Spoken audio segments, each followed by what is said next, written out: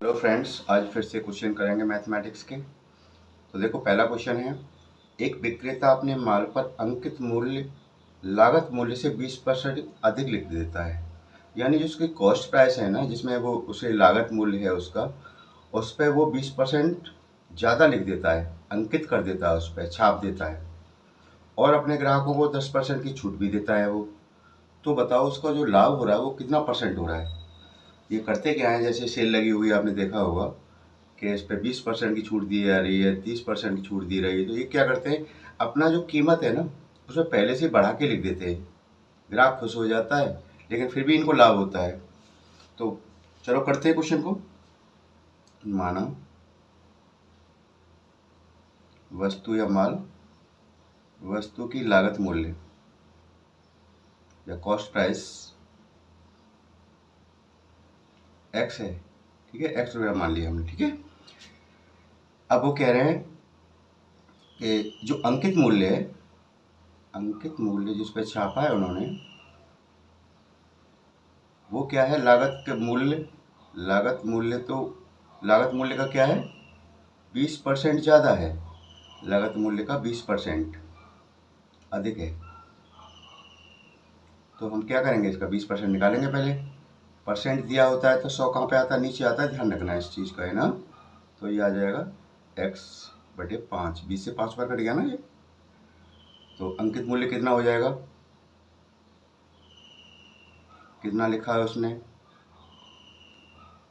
अंकित मूल्य लिखा है लागत मूल्य से भी 20% ज़्यादा, और हमारा लागत मूल्य क्या है, x है, और कितना बढ़ा के लिखा है, x/5। तो कितना हो गया उस पर छपा हुआ, 5x और 1 6x/5, इतना उस पर उसने लिख दिया है। अब छूट भी दे रहे हैं वो, तो छूट तो किस पे देंगे, जो उस पर लिखा हुआ है। छूट है आपकी 10%, तो इसका 10% निकालो।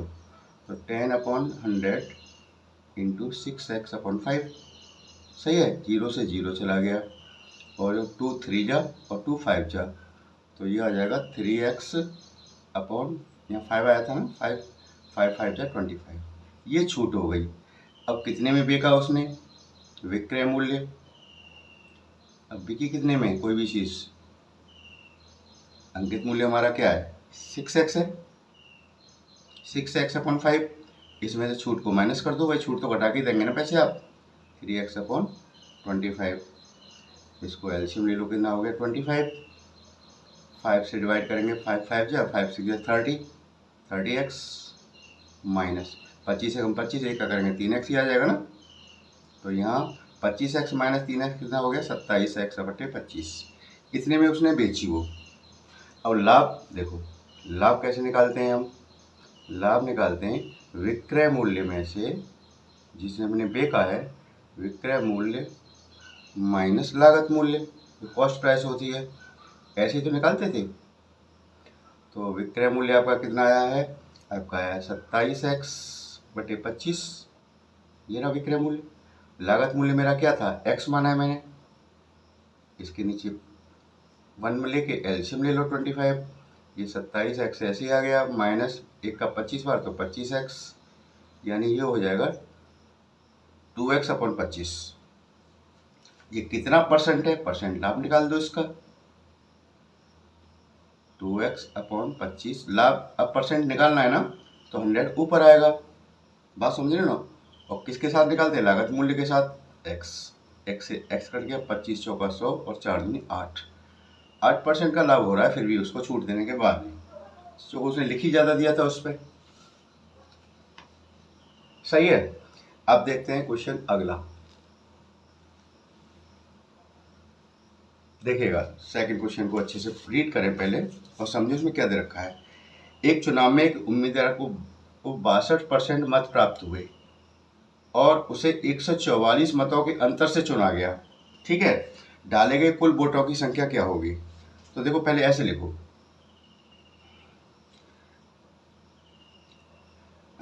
जीते हुए को कितने मिले हैं, जीते हुए उम्मीदवार को कितने मिले हैं, 62%, सही है जी, 62%। तो हारे हुए को कितने परसेंट मिले होंगे बताओ, हारे हुए उम्मीदवार को, पूरी लाइन नहीं लिख रहा मैं, आप समझते आओ। हारे हुए उम्मीदवार को कितने मिलेंगे भाई? 100 में से 62 तो मिल गए उसको, तो 100 में से घटा देंगे 62, कितना हो जाएगा? 38%।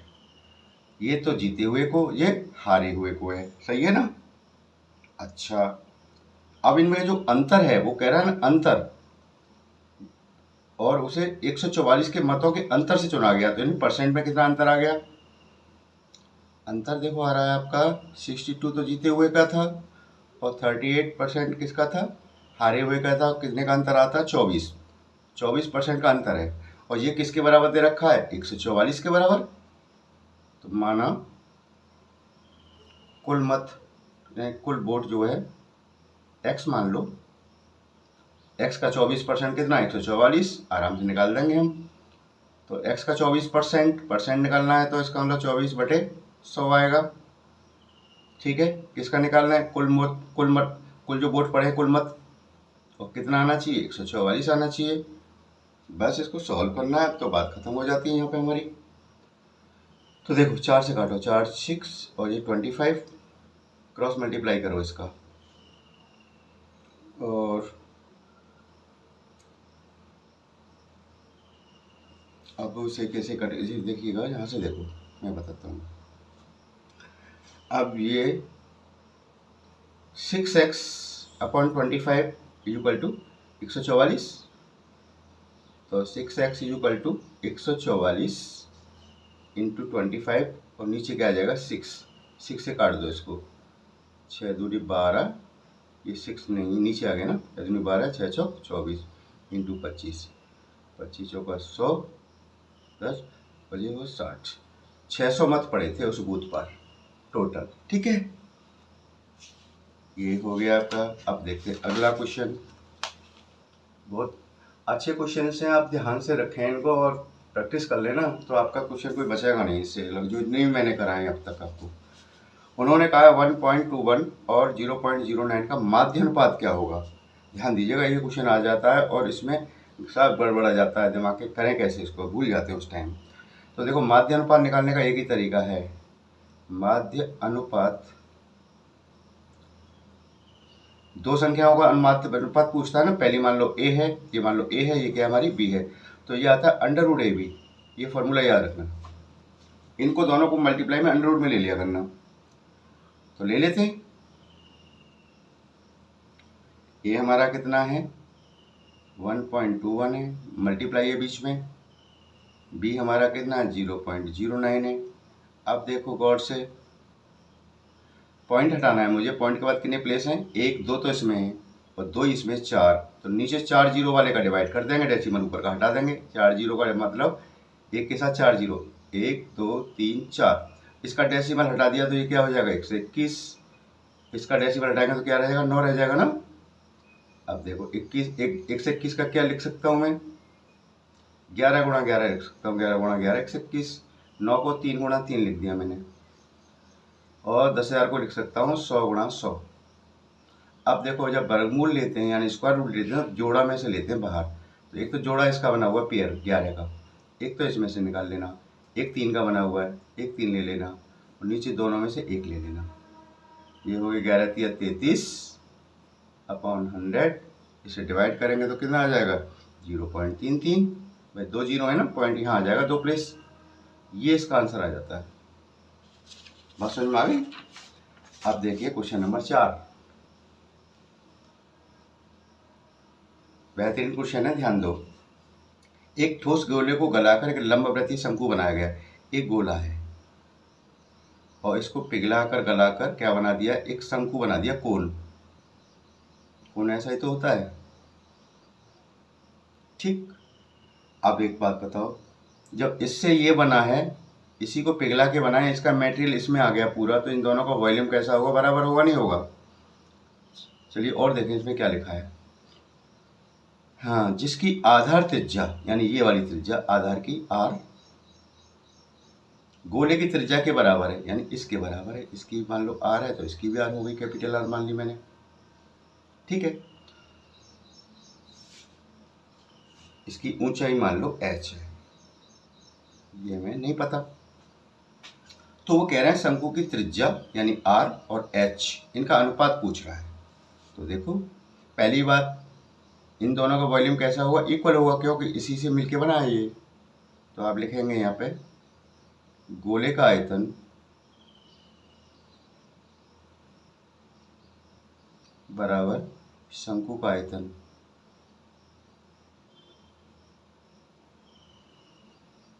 इनका फॉर्मूला पता होना चाहिए। इसका फॉर्मूला होता है 4/3 पाई आर क्यूब। इसका होता है 1/3 पाई आर कैपिटल आर बनाना ना, आर स्क्वायर एच। सही है। अब देखो 1/3 इधर भी है, 1/3 इधर भी है, इसे बाहर लो। 1/3 से 3 कट गया, ये 3 से 3 कट गया, पाई से पाई कट गया। दोनों तरफ बराबर में जो चीज़ होती है काट सकते हैं आप। अब देखो यहाँ पे आर कितने, 2 है, यहाँ पे आर के हैं 3 है, तो इधर एक आर रह गया। बात समझ में आ गई। इधर क्या बचता है 4R, 4 और आर ही तो बचा है। इधर क्या बचता है ओनली H। सही है। अब इसे क्या लिख सकता हूँ, रेशियो के फॉर्म में लिख दो R/H। आर के साथ देना 4 है ना, तो 4 को नीचे रखना और यहाँ पे लिख देना 1। अब देखो क्रॉस मल्टीप्लाई करो, यही मिलेगा आपको। तो R/H आ गया, कितना आ गया 1/4।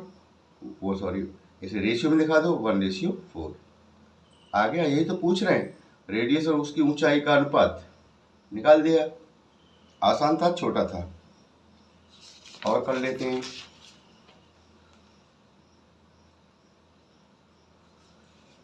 अब देखिएगा क्वेश्चन नंबर 5।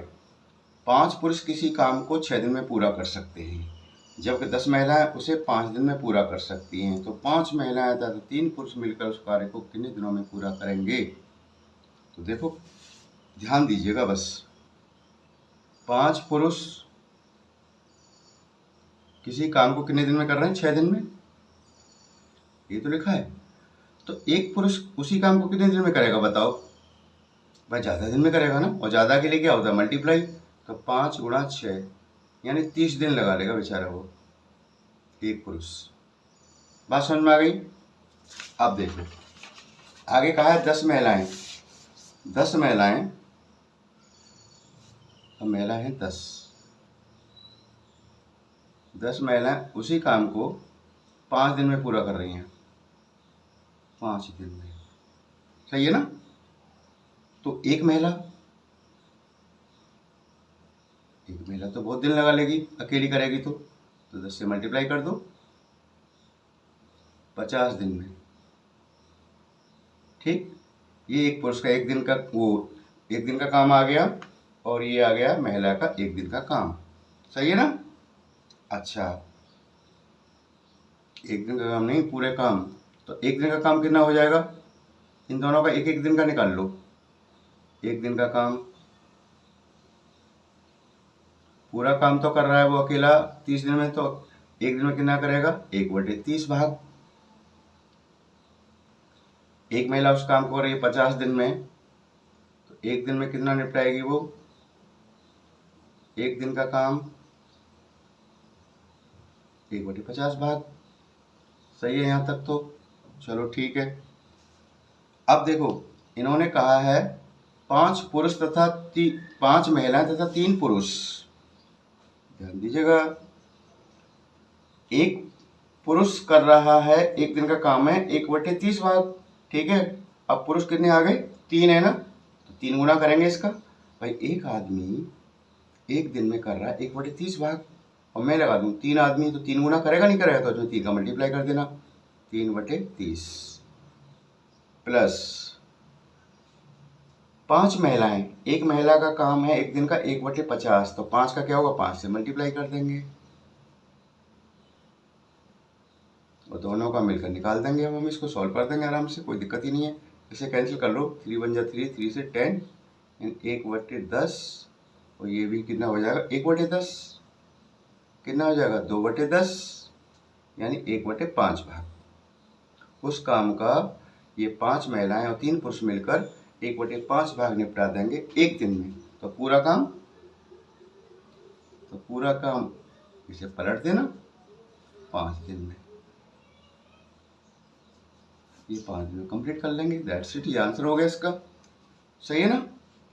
अब देखो एक और कर लेते हैं जल्दी से।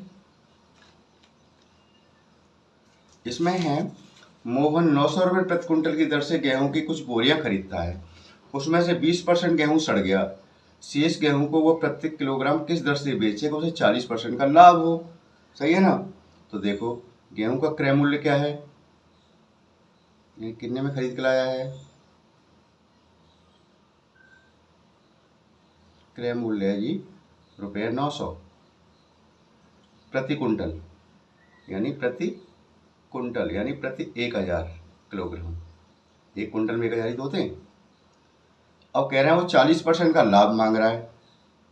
40% लाभ, तो इसका 40% निकाल दो। 40/100 गुणा 900, 2 जीरो से 2 जीरो, 9 चौक 36, 360 रुपये का फायदा मांग रहा है। सही है ना। तो कितने में बेचेगा अपने गेहूं, विक्रय मूल्य क्या हो जाएगा उनका। भाई 900 का तो लाया था वो, अब वो कह रहा भैया 360 रुपये मुझे प्रॉफिट के चाहिए। बात समझ गए। तो ये कितना हो जाएगा 1260, इतने रुपए के वो बेचेगा। अच्छा इतने रुपए में कितना गेहूं था, 1 कुंटल यानी 100 किलोग्राम, लेकिन 20% क्या हो गया, सड़ गया ना। मेरी बात समझिए ना। 100 किलो में से देखो ये है 100 केजी, वो कह रहा 20% सड़ गया, यानी 20 किलो सड़ गया 100 में से, तो कितना बचेगा। शेष गेहूं कितना बचा भाई, 100 किलो था, 100 में से 20 घटा दो, कितना बचा 80 किलोग्राम। अब 80 किलोग्राम को बेचेगा तो 1260 में, तो 1 किलो कितने का बेचेगा, तो 80 से डिवाइड कर देंगे। 1 किलो गेहूं का मूल्य का विक्रय मूल्य या मूल्य कुछ भी कहो, तो आप इसमें 1260 को डिवाइड कर देंगे 80 से, 1 किलो की कीमत आ जाएगी। भाई 80 किलो बेचेगा इतने 1260 के, 1 किलो कितने का, 0 से 0, इसे काट दो। 8 एकम 8, 8 45.8756 इतने रुपए प्रति किलोग्राम। 1 किलोग्राम 15 रुपये 75 पैसे के बेचेगा। ठीक है ना। तो इस तरह से क्वेश्चन ये भी 6 भी कंप्लीट हो गया, इनकी प्रैक्टिस कर लीजिएगा। ठीक है, थैंक यू।